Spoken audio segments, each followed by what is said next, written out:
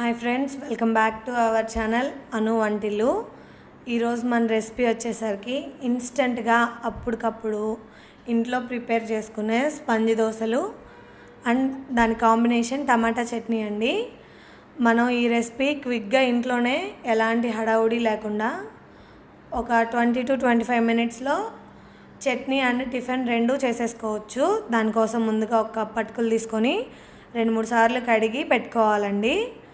ఆ కడిగిన అటుకుల్లోకి మనం అదే కప్పుతో ఒక కప్పు బొంబాయి రవ్వ, సగం కప్పు పెరుగు అండ్ ఒక కప్పు వాటర్ యాడ్ చేసుకొని మొత్తం ఈవెన్గా మిక్స్ అయ్యేలాగా కలిపి పక్కన పెట్టుకోవాలి.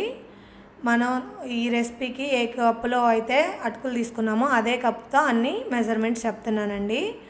అవన్నీ వేసుకున్నాక మనకి పెరుగు అటుకులు మొత్తం మిక్స్ అయ్యేలాగా కలుపుకొని ఒక 10 to 15 మినిట్స్ దాన్ని పక్కన పెట్టుకోవాలి.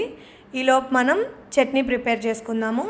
స్టవ్ ఆన్ చేసి ప్యాన్ పెట్టుకొని అందులోకి 2 లేదా 3 స్పూన్ల నూనె యాడ్ చేసుకోవాలి.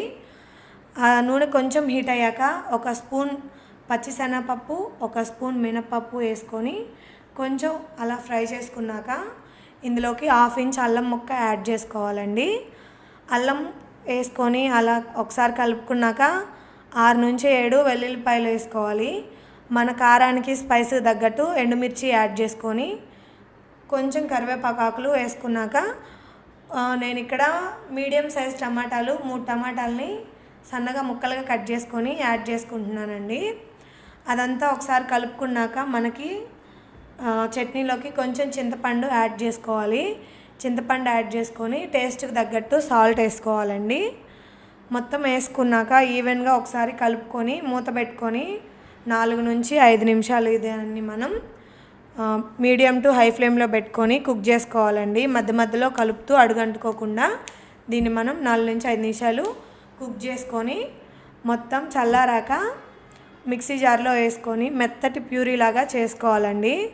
మనకి వాటర్ అవసరమైతే వాటర్ యాడ్ చేసుకొని మెత్తటి పేస్ట్ లాగా దీన్ని పట్టేసుకోవాలి. ఈలోపు మనము పోపు పెట్టేసుకుందాము.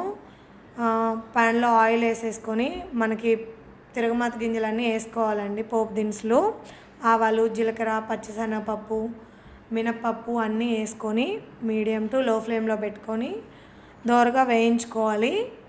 ఇవి కొంచెం వేగాక అందులోకి మనం కరివేపాకు యాడ్ చేసుకుంటున్నాము.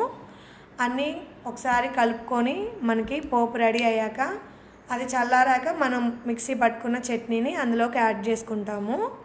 వేడిగా ఉన్నప్పుడే యాడ్ చేసుకోకూడదండి, కొంచెం చల్లారాక మనం ముందుగా మిక్సీ పట్టుకున్న చట్నీ అంతా పోపులోకి యాడ్ చేసుకొని ఈవెన్గా మొత్తం కలిసేలాగా కలుపుకొని ఒక బౌల్లో తీసి పెట్టేసుకోవాలి. ఇప్పుడు మనం ఏంటంటే వేడి దాని మీద చట్నీ పోసేస్తే కొంచెం గడ్డగట్టినట్టు అలా వస్తాయి. అలా కాకుండా మనకి పోపు చల్లారాక చట్నీ యాడ్ చేసుకొని ఈవెన్గా మిక్స్ చేసుకొని ఒక బౌల్లోకి తీసుకోవాలి. తర్వాత మనం దోశ బ్యాటర్కి పిండి ప్రిపేర్ చేసుకుందామండి. ముందుగా కలుపుకున్న అటుకులన్నిటిని మళ్ళీ ఒకసారి ఈవెన్గా కలుపుకొని మిక్సీలో వేసుకొని ఫస్ట్ మనం ఏ కప్పుతో అయితే వాటర్ తీసుకున్నామో మళ్ళీ ఆ కప్పు నిండా వాటర్ యాడ్ చేసుకొని మెత్తటి దోశ బ్యాటర్ ప్రిపేర్ అయ్యేలాగా దాన్ని మిక్సీ పట్టుకోవాలి. అక్కడ పలుకు ఉండకూడదు. ఇది మనం ఇన్స్టెంట్గా అప్పటికప్పుడు చేసుకుంటున్నాం కాబట్టి ఇందులోకి టేస్ట్కి తగ్గట్టు ఒక స్పూన్ సాల్ట్ యాడ్ చేసుకోవాలి. తర్వాత 1/2 స్పూను సోడా ఉప్పు వేసుకొని 1/2 చెక్క నిమ్మరసం పిండేసుకొని ఈవెన్గా కలిపి పక్కన పెట్టుకోవాలండి. తర్వాత స్టవ్ ఆన్ చేసి దోశ పెంకు పెట్టుకొని అది బాగా హీట్ అయ్యాక ఒక గరిటె పిండిని దాని మీద పోసి వదిలేయాలి.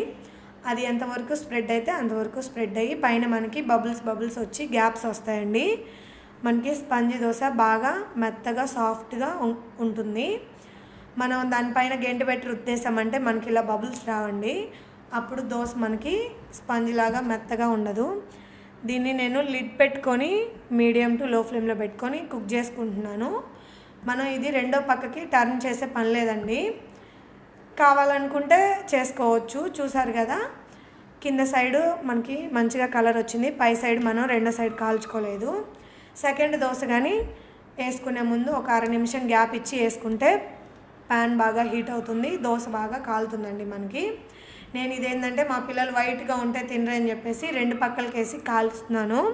మీరు అలా కాకుండా ఒక సైడే మనకి ఇది స్పాంజీ దోశ వేసుకొని కాల్చుకోవచ్చు. మనం గెంటు పెట్టి రుద్దేశామంటే ఇంత స్పంజీగా మనకి సాఫ్ట్గా రావండి.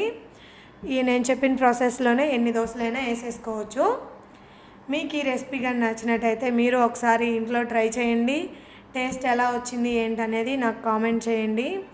ఇలాంటి కొత్త కొత్త రెసిపీస్ కోసం మన ఛానల్ని లైక్ చేయండి, షేర్ చేయండి, సబ్స్క్రైబ్ చేయండి, ఫాలో చేయండి. Thank you for watching this video. ఇలాంటి మరిన్ని వీడియోస్ కోసం మన ఛానల్ని ఫాలో అవ్వండి. అంతవరకు bye. Thank you for watching everyone.